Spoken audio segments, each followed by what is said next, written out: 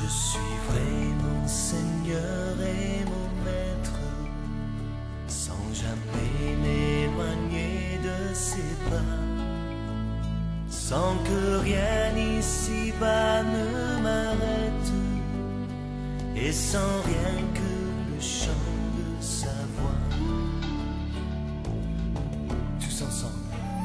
Je suivrai mon Seigneur et mon Maître, sans jamais m'éloigner de ses bras, sans que rien ici-bas ne m'arrête. Un passage autrement plus sérieux d'ailleurs, parmi les plus profonds textes de l'Écriture. Je vous invite à lire dans le 5e évangile. 5e évangile. Mais oui, parce qu'on dit que le prophète Ésaïe, c'est en quelque sorte le 5e évangile. Tellement le message de ce prophète est évangélique, est dans l'esprit des évangiles. Et je vous invite dans la partie la plus évangélique qu'a écrit ce prophète au chapitre 53. Ésaïe 53, les versets 1 à 9.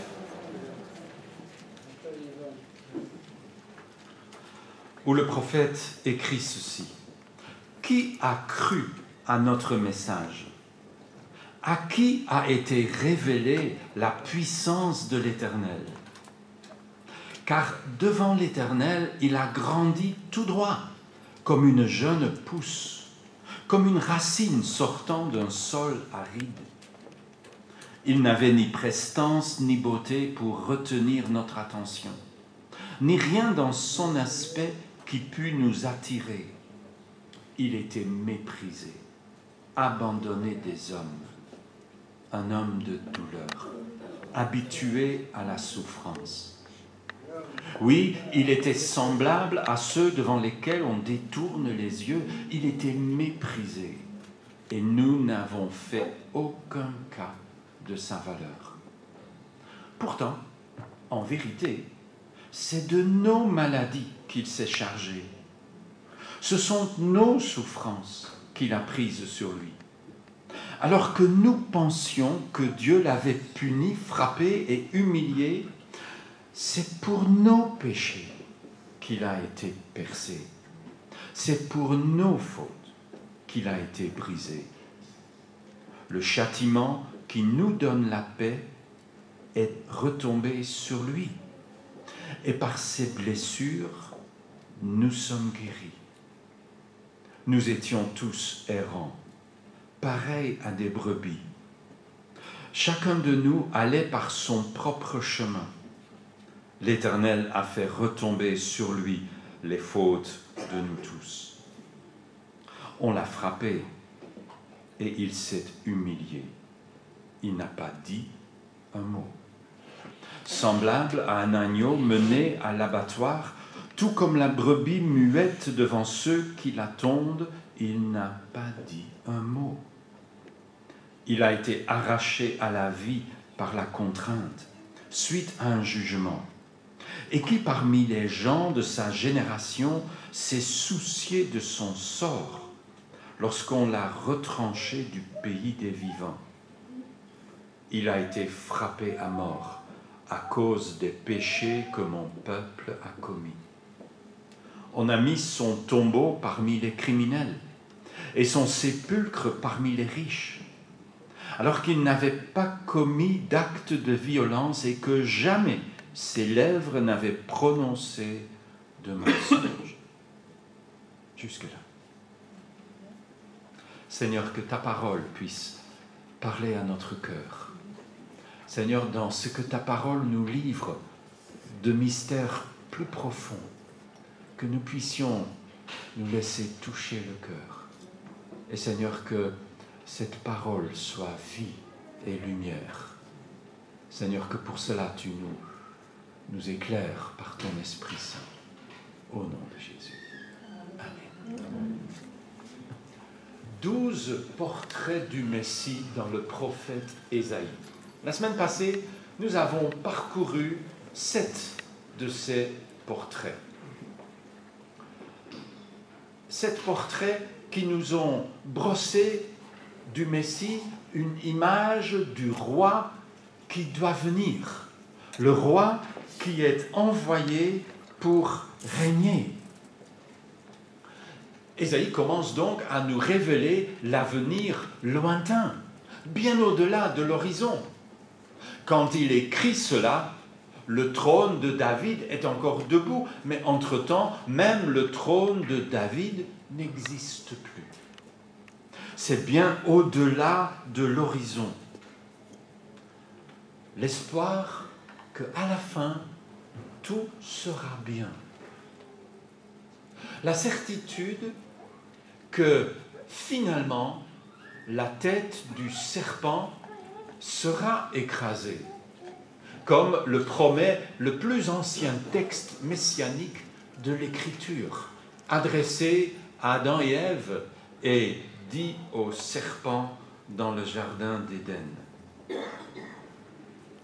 Ésaïe a brossé le portrait pour nous dire que finalement les larmes seront effacées, que le deuil ne sera plus, que justice et paix régneront dans ce monde de péché et de mort. Nous voyons l'état lamentable de notre monde. Nous ne sommes pas aveugles devant les guerres. Sur les derniers 3000 ans, il y a eu moins de 200 ans sans guerre. C'est quelque chose qui ne semble pas être enlevé de la nature humaine. Quand ça ne va pas, tu te bats. Ça commence dans la cour de récréation à l'école et ça termine avec la bombe atomique. C'est dans notre nature. Nous sommes comme ça. Ne dites pas, mais pasteur, pas moi. Nous sommes comme ça. C'est notre nature. Nous vivons dans un monde au climat devenu instable. Et on a beau crier avec orgueil qu'on va régler cela, il suffit d'interdire les voitures diesel, mais nous savons bien que ce n'est pas cela qui va guérir le climat. Notre monde ne va pas aller de mieux en mieux, elle est destinée à la destruction. L'Écriture nous le dit très clairement. Mais au-delà, le règne du Messie sera établi. Nous ne sommes pas sourds devant la faim et la misère qui font souffrir notre monde depuis pratiquement que le monde est monde, depuis que Adam et Ève se sont rebellés contre leur Créateur. C'est notre monde, ce monde mauvais. Mais nous savons que Dieu agira et fermera bientôt ce chapitre lamentable. Nous le savons? Oui, nous le savons. Nous le savons parce que ce prophète nous dit que la Vierge sera enceinte et mettra au monde un enfant et on lui donnera le nom d'Emmanuel.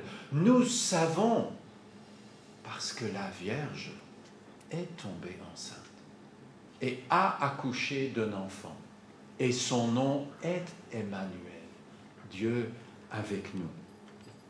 Nous savons que la guerre finira, car le même prophète nous dit encore que toute chaussure de guerre qui martèle le sol et tout manteau que l'on roule dans le sang seront livrés aux flammes pour être consumés, car pour nous, un enfant est né, un fils nous est donné. Nous savons. Ça paraît complètement fou, mais la Bible a une côté de folie. Il faut être Dieu pour faire croire que la réponse à la guerre est un enfant. Mais c'est exactement ce qu'affirme l'Écriture. Et il rétablira le trône de David, son père. Et bien sûr, notre monde de railler contre les chrétiens en disant « oui, demain on rase gratis ». Mais ce n'est pas du tout ce que dit la Bible. Et ce n'est pas ce que nous disons. Non, ce ne sera pas gratis. Ce n'est pas « aujourd'hui tout va mal, mais demain tout ira mieux ». C'est pas ça l'évangile. On sait trop bien que pour que le règne du Messie puisse s'établir, il faut bien que quelqu'un paye le prix. Sans payer la facture du mal, il n'y aura pas de règne messianique. Cette ancienne promesse de Genèse l'avait tellement dit clairement que non seulement le Messie écrasera la tête du serpent, mais il dit aussi que le serpent lui écrasera le talon. Il y a un prix. Rien n'est gratuit. Tout se paye. Mais qui est capable de mettre le prix? La deuxième partie de Ésaïe nous révèle dans ces 5 autres portraits du Messie, le Messie comme celui qui paye le prix. En cela, ce que dit la deuxième partie de Ésaïe est en fait une partie qui est plus proche du prophète que ce qu'il a dit dans la première partie de son livre. Le Messie doit payer le prix avant de pouvoir établir le règne. Il faut payer. Pourquoi? Pourquoi faut-il payer? Nous vivons dans un monde où on croit qu'on n'a jamais de dette à payer, où tu peux tout faire et ne jamais être responsable. Ah, c'est pas moi.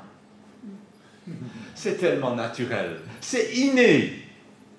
Vous avez vu sur les champs de foot cette semaine, quand le ballon sort du terrain, tout le monde lève le bras, c'est pour nous. Mais il y en a qui savent pertinemment bien que c'est faux.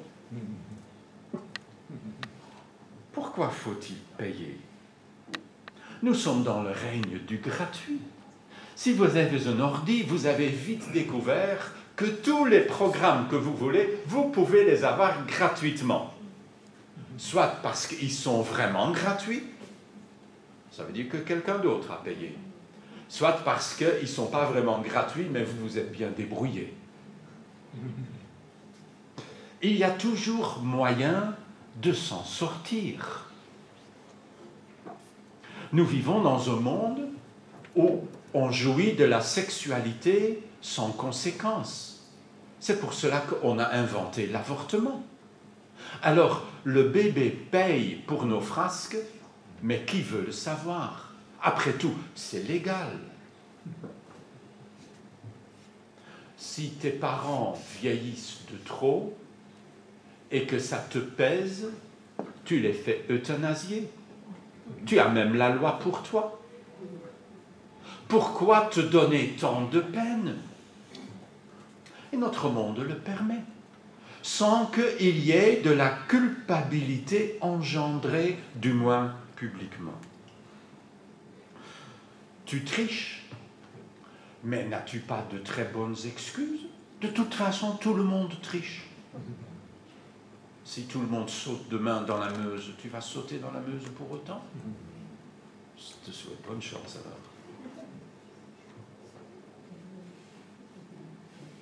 Je travaille, très bien. Mais il y en a combien qui n'ont aucun désir de travailler? Alors j'ai droit au chômage, j'ai droit aux allocations. Dieu merci qu'il y a les allocations. Mais ils ne sont pas là pour m'encourager à une vie de farniente. Je n'étudie pas parce que de toute façon, je peux toujours me rattraper. Et de toute façon, pour qu'on ait tous le diplôme, l'État a baissé les exigences. notre monde n'a plus l'habitude d'assumer ses responsabilités. Nous le voyons jusque devant nos tribunaux. Combien de coupables, combien de criminels ne sont pas traités avec plus de déférence que les victimes, et ils s'en tirent à bon prix. Parce que quand tu as pris la vie à quelqu'un et que toi tu vis, c'est à bon prix.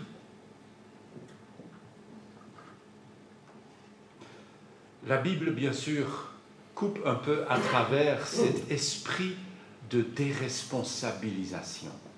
Laissez-moi vous lire un verset que nous connaissons tous, mais dont probablement personne ne connaît la référence. Je peux donc vous citer la référence sans trahir ce que je vais lire. Nombre 32, 23. Qu'est-ce qu'il y a là-dedans? Je vais vous le dire. Si vous n'agissez pas ainsi, c'est dans un ensemble du discours, mais c'est la fin du verset qui m'intéresse. Si vous n'agissez pas ainsi, vous péchez contre l'Éternel. Sachez que votre péché vous retrouvera. La Bible me dit que le péché, c'est où j'habite. Ton péché n'oublie pas ton adresse. Tu peux te cacher, comme le roi Akab qui part au combat et qui est caché dans une armure de soldat simple. Personne ne peut me trouver. Mais si tu pèches contre Dieu, ton péché te retrouvera. Et Akab meurt dans le combat parce qu'il devait mourir. Pourquoi payer? Parce que Dieu a conçu ce monde autrement que ce que nous croyons aujourd'hui. Il a bâti ce monde sur un fondement moral. Dieu a conçu ce monde sur des principes moraux absolus. Le bien est l'opposé du mal. On appelle ça, d'une façon très intelligente, la pensée de l'antithèse. Si une chose est vraie, c'est que le contraire est faux. Mais aujourd'hui, nous sommes les héritiers d'un philosophe du 19e siècle, Hegel, qui a inventé la dialectique, la pensée de la synthèse.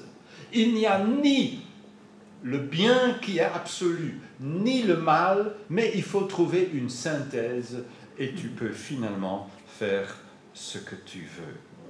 Il n'y a pas de lumière, il n'y a pas de ténèbres, on est donc tous dans la pénombre. Et ça, c'est bien notre monde, bien sûr, celle dans laquelle nous sommes appelés à vivre. Mais la Bible me brosse un autre dessein. La Bible me dit haut et fort que l'homme qui pêche mourra. Notre problème, c'est que nous ne voyons pas cela. Nous voyons le pécheur se porter comme un charme. Et on se dit, mais finalement, pourquoi se donner tant de mal? Mais pourtant, la Bible dit vrai. L'homme qui pêche mourra, tôt ou tard. Il faut payer. Le jugement éternel est lié à cela. Tu dois payer. Heureusement, ne dites pas malheureusement le jugement éternel, oh ça me fait trembler. Si ça te fait trembler, c'est qu'il y a bonne raison. Mais soyons heureux qu'il y a un jugement dernier. Au moins, nous sommes sûrs que tôt ou tard, la justice, la vraie, triomphera. Il y a combien de gens qui sont passés de la vie au trépas sans avoir jamais été jugés. Et pourtant, leurs actes sont hautement condamnables. Ils s'en sont tirés. Non, ils ne s'en sont pas tirés. Personne ne s'en tire. Tôt ou tard, tout homme comparaîtra devant le tribunal de Dieu. Tout homme, non. il y a une exception. Non pas une personne exceptée, mais un groupe de gens exceptés. Et ça a tout à faire avec ce que Ésaïe nous écrit dans Ésaïe 53. Celui qui croit en moi, dira le Messie, est déjà jugé et il ne viendra pas en jugement. C'est le seul groupe qui est exempté au jugement dernier. Ils ont déjà été jugés. Mais pour les autres, David dit cela quelque part. Aucun homme ne peut racheter un autre. Aucun ne saurait payer à Dieu sa propre rançon, car le rachat de leur vie est bien trop coûteux. Il leur faut à tout jamais en abandonner l'idée. Il faut payer. Tôt ou tard, tout se paye, sans aucune exception, du mensonge le plus superficiel au meurtre le plus crasse. Tout se paye. Et personne n'échappe à cela. À moins que tu peux trouver quelqu'un qui paye pour vous. Et là, bien sûr, nous entrons dans la réalité de ce que dit l'Écriture. Voyez, même le règne messianique ne nous servirait à rien s'il n'y a pas quelqu'un qui paye.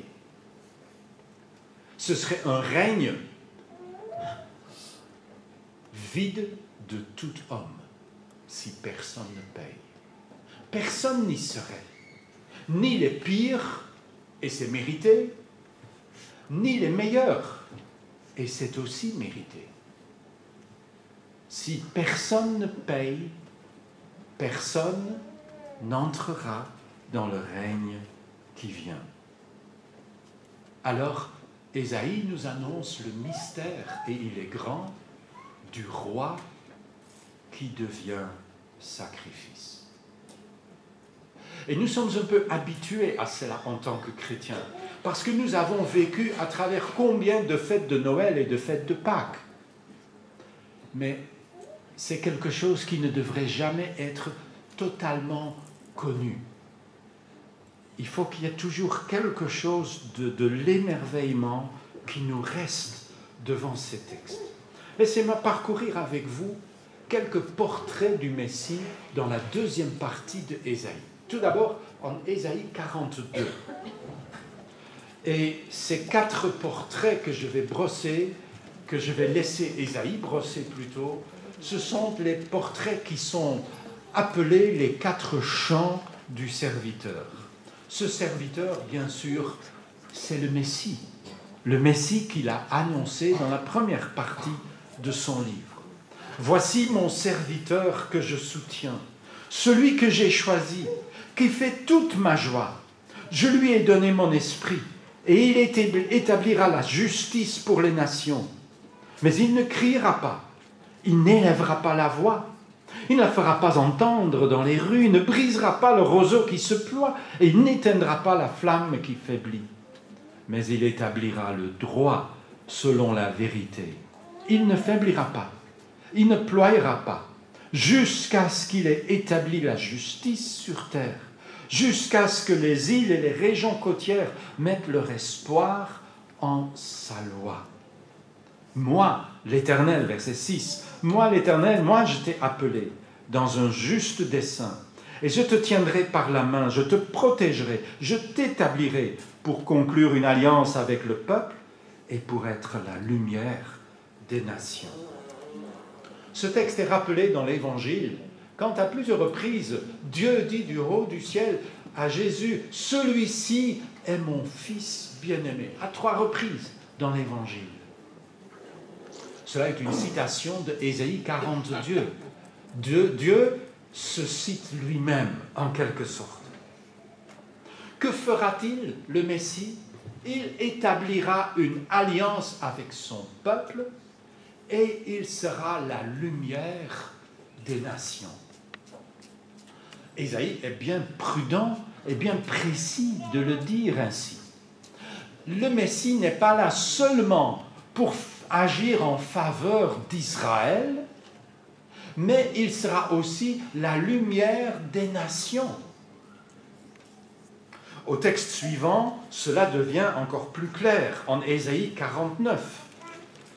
Et j'aimerais y lire les versets 4 à 7.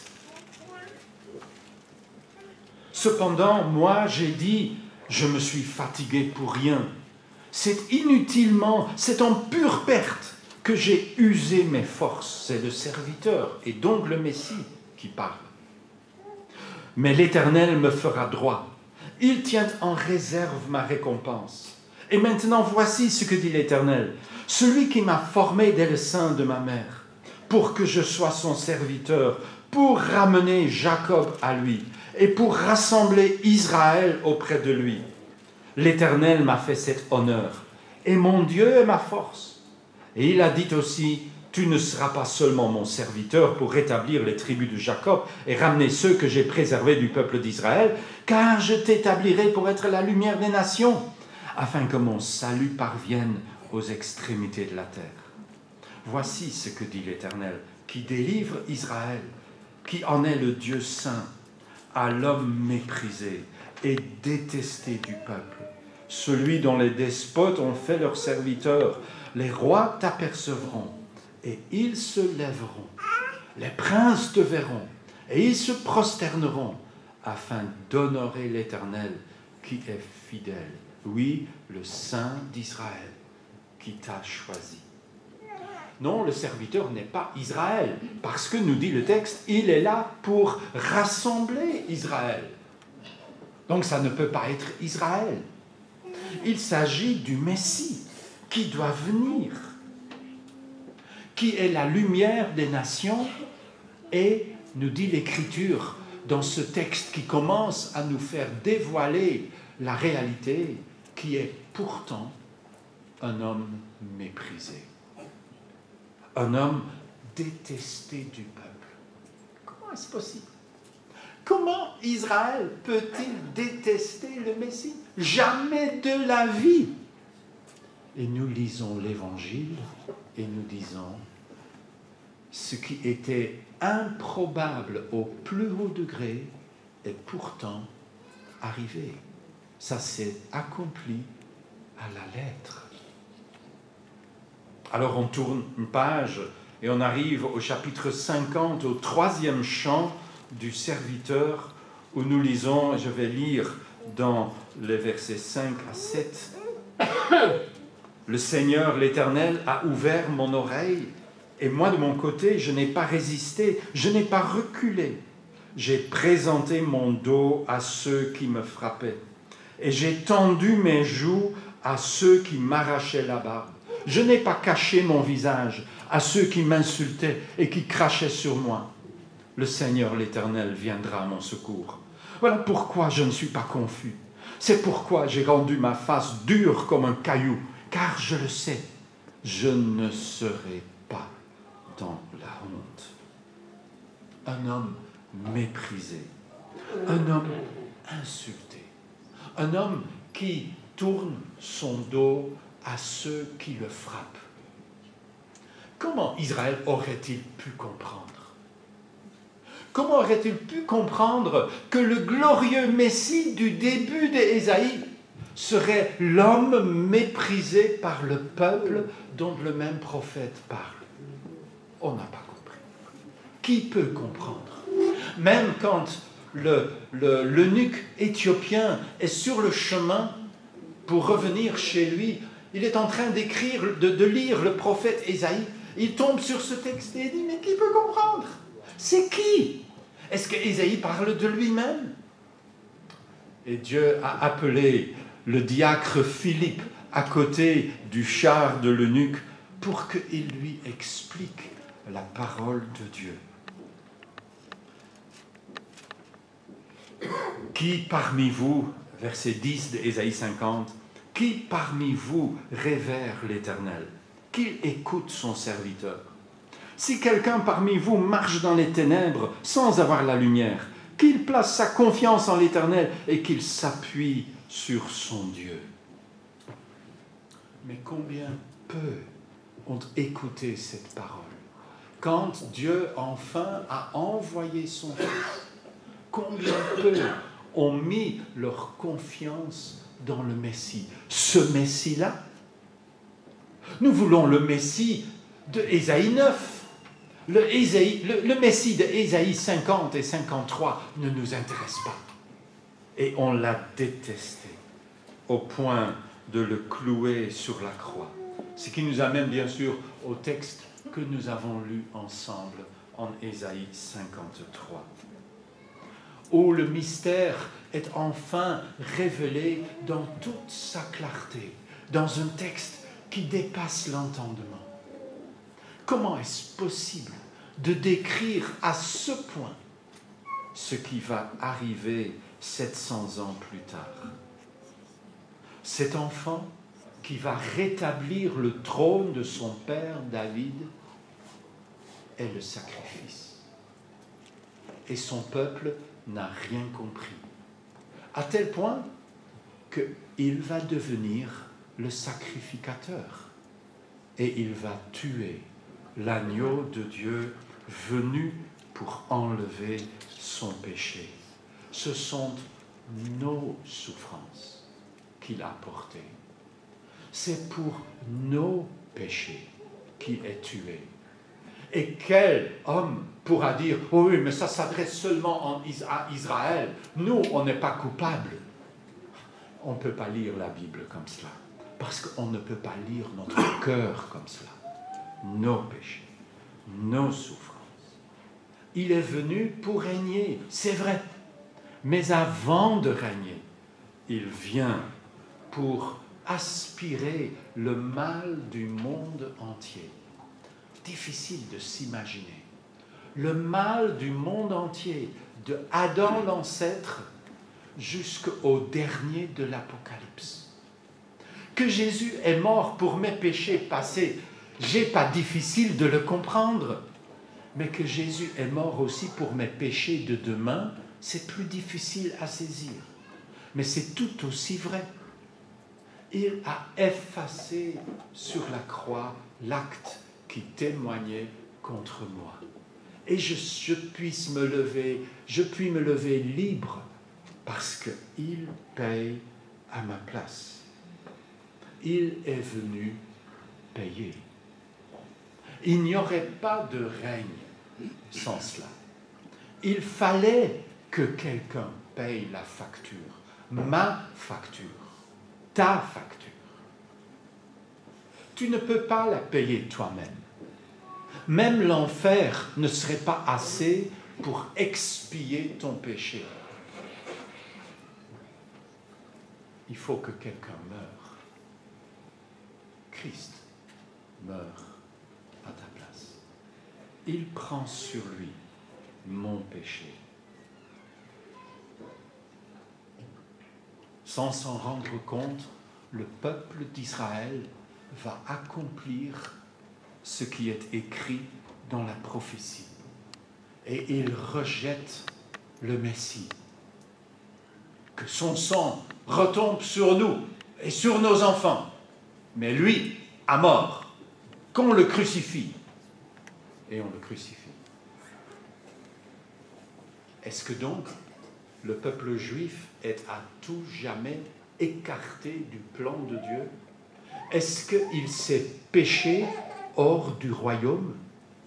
Est-ce qu'il n'est plus rattrapable par la grâce de Dieu? Ce n'est pas le dernier portrait d'Ésaïe. Si vous avez bien compté, il reste un 12e portrait. Et il est au-delà de Ésaïe 53. Ésaïe 53 n'est pas le dernier mot. Le portrait, qui est le dernier dans le prophète Ésaïe, vous le trouvez en Ésaïe 61. C'est un texte connu. C'est un texte connu par le simple fait que Jésus a lu ce texte au début de son ministère. En fait, dans la Bible, c'est le premier texte biblique que Jésus lit. Je sais bien que Jésus, enfant, a lu d'autres textes, mais publiquement et de façon répertoriée dans la Bible, voilà le premier texte que Jésus lit dans le Nouveau Testament. C'est le texte en Ésaïe 61. Il est à la synagogue de Nazareth et on lui tend la Bible, le rouleau d'Ésaïe. Et il l'ouvre et il lit Ésaïe 61. L'Esprit de l'Éternel, l'Esprit du Seigneur est sur moi, car l'Éternel m'a oint pour annoncer aux humiliés une bonne nouvelle. Oui, il m'a envoyé afin de panser ceux qui ont le cœur brisé, et d'annoncer aux captifs leur délivrance, et à ceux qui sont prisonniers leur mise en liberté, afin de proclamer l'année de la faveur de l'Éternel. C'est là où Jésus arrête sa lecture, parce que le reste, c'est pour plus tard. Mais Ésaïe continue, afin de proclamer l'année de la faveur de l'Éternel et un jour de rétribution pour notre Dieu, afin de consoler tous ceux qui mènent le deuil et d'apporter à ceux qui dans Sion sont endeuillés la splendeur au lieu de la cendre, pour mettre sur leur tête l'huile d'allégresse au lieu du deuil et pour les vêtir d'habits de louange au lieu d'un esprit abattu, afin qu'on les appelle les chaînes de justice, la plantation de l'Éternel qui manifeste sa splendeur. Car ils rebâtiront les ruines d'autrefois et ils relèveront ce qui a été dévasté il y a bien longtemps. Il y a une parole au-delà de la croix. Il y a un portrait dans l'Ancien Testament qui va au-delà de la croix. Parce qu'il y a un avenir au-delà de la croix. Nous, chrétiens, nous sommes bien placés pour le savoir. Parce que nous savons que la croix a été suivie par la résurrection. Et que l'ascension sera suivie par le retour. Christ revient. Mais Isaïe dit la même chose. Ne fût-ce que dans l'ordre de ses annonces messianiques. Le Messie humilié, méprisé, écarté, sera le Messie qui revient pour consoler son peuple. Et il y a une consolation pour Israël à venir, comme il a consolé nos cœurs. Ainsi, il reviendra consoler le cœur de son peuple. Jésus lit cela à Nazareth. Et puis, il continue avec ces paroles tellement connues. Aujourd'hui, tout cela est accompli devant vos yeux. Et cela, on ne peut pas l'entendre. C'est pas possible, c'est pas lui le Messie. Parce qu'on s'en est fait une autre image. Vous voyez, ils avaient une idole comme image du Messie. Et ils ont tué le vrai Messie. Mais il revient pour consoler ceux qui sont dans le deuil. Le prophète Zacharie nous rappelle qu'à la fin des temps, quand le Christ revient, le deuil sera grand à Jérusalem. Et il vient pour consoler son peuple. Lui qui a payé le prix, pas seulement le prix pour moi et pour nous, mais le prix aussi pour Israël. Il revient consoler son peuple. Et en attendant, où est-ce que ça nous laisse? Le peuple d'Israël a voulu jouir du règne sans payer. C'est pas possible. Est-ce qu'aujourd'hui, cet esprit existe encore dans l'Église de Jésus-Christ? De vouloir s'attendre au règne sans accepter de payer le prix? Oh, je me dépêche pour dire, personne ne peut et personne ne doit payer le prix que Jésus a payé. Ça, c'est une chose certaine. Il est le sacrifice complet, total. On ne peut pas ajouter à cela. Pourtant, pourtant, Jésus est on ne peut plus clair. Il y a un prix si tu veux le suivre. Jésus l'a dit de cette façon, vous connaissez ces paroles. Puis, s'adressant à tous, il dit, « Si quelqu'un veut me suivre, qu'il renonce à lui-même, qu'il se charge chaque jour de sa croix et qu'il me suive. En effet, celui qui est préoccupé de sauver sa vie, la perdra. Mais celui qui perdra sa vie pour moi, la sauvera. Si un homme parvient à posséder le monde entier, à quoi cela sert-il s'il se perd ou se détruit lui-même? Si quelqu'un a honte de moi et de mes paroles, le Fils de l'homme, à son tour, aura honte de lui, quand il viendra dans sa gloire, dans celle du Père et des saints anges. Ce prix-là, c'est le nôtre. C'est non pas le prix de la croix de Jésus, mais c'est le prix de notre croix. Celui qui ne se charge pas chaque jour de sa croix et me suive ne peut pas être mon disciple. Ce prix, je ne peux pas tourner autour. Je ne peux pas avoir de l'espoir qu'un jour Dieu m'accueillera dans sa gloire si moi je ne veux pas en payer ce prix-là qui est le mien. Jésus a payé pour que tout obstacle soit à tout jamais enlevé entre Dieu et moi. Maintenant, c'est à moi d'assumer ma responsabilité.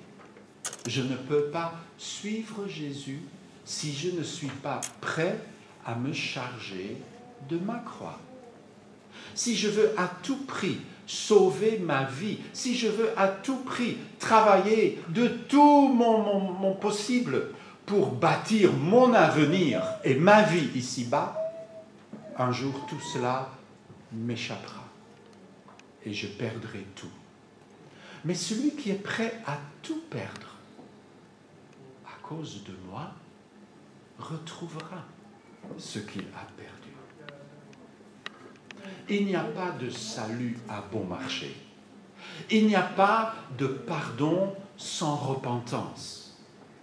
Il n'y a pas de paix sans reddition. Il y a un prix. Et si je ne veux pas payer ce prix, si moi je voudrais un évangile au rabais, Seigneur, je t'accepte comme mon sauveur, laisse-moi m'occuper de moi pour le restant de mes jours, mais à la fin du temps, s'il te plaît, comme par miracle, accepte-moi. Ça, c'est pas possible. Et c'est Jésus qui le dit. L'histoire de ces derniers 2000 ans est remplie d'exemples de gens qui ont payé ce prix. Les martyrs chrétiens sont très nombreux. Du temps de Néron jusqu'au temps de l'Antichrist. Parcourez l'histoire et vous verrez partout semer la semence des chrétiens, tués à cause de leur foi, dans les arènes romaines autant que dans les prisons communistes, et partout et toujours. C'est le prix à payer. Ça ne veut pas dire que ce prix est exigé de chacun.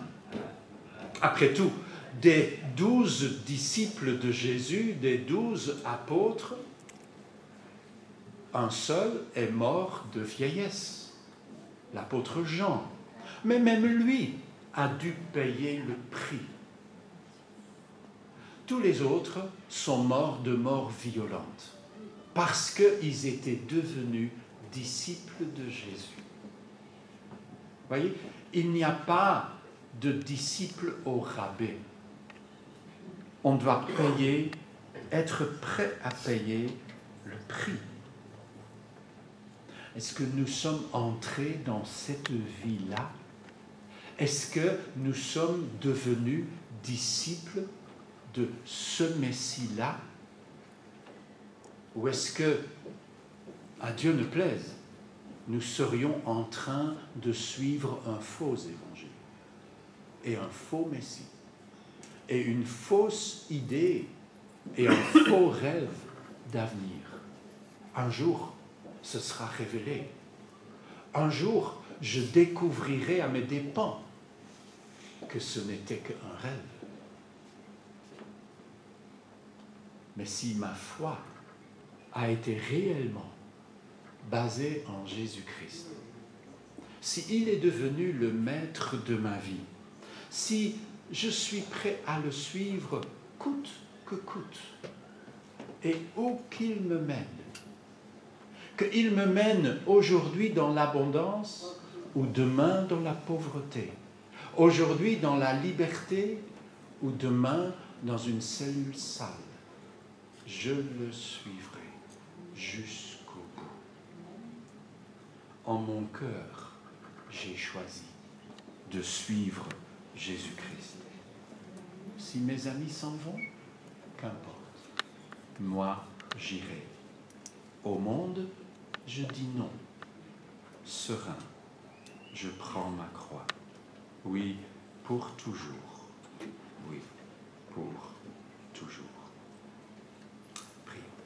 Seigneur notre Dieu, merci pour ta parole, pour cet évangile que le prophète Ésaïe a transmis. Merci Seigneur pour ces 12 portraits du Messie, ton Fils, notre Seigneur. Et Seigneur, aussi sûr qu'il est venu pour payer pour nos péchés sur la croix du Calvaire, aussi sûr, il reviendra pour être contemplé dans ses saints. Il viendra en gloire pour établir son règne. Seigneur, merci pour un tel évangile. Aide-nous, Seigneur, à vivre pour cela pleinement aujourd'hui. Seigneur, à ne pas être chiche dans notre vie avec toi, mais Seigneur, à être aussi généreux que toi, tu as été généreux avec nous. Seigneur, que ainsi nous puissions te suivre dans la joie, même quand parfois le voyage est difficile. Et Seigneur, nous ne pouvons que te prier pour tous ceux et celles qui connaissent cela aujourd'hui, parce qu'ils te suivent dans des pays où c'est beaucoup plus difficile encore. Seigneur, que tu les aides à persévérer jusqu'au bout. Nous te le demandons en ton nom et pour ta gloire. Amen. Chantons ensemble ce chant.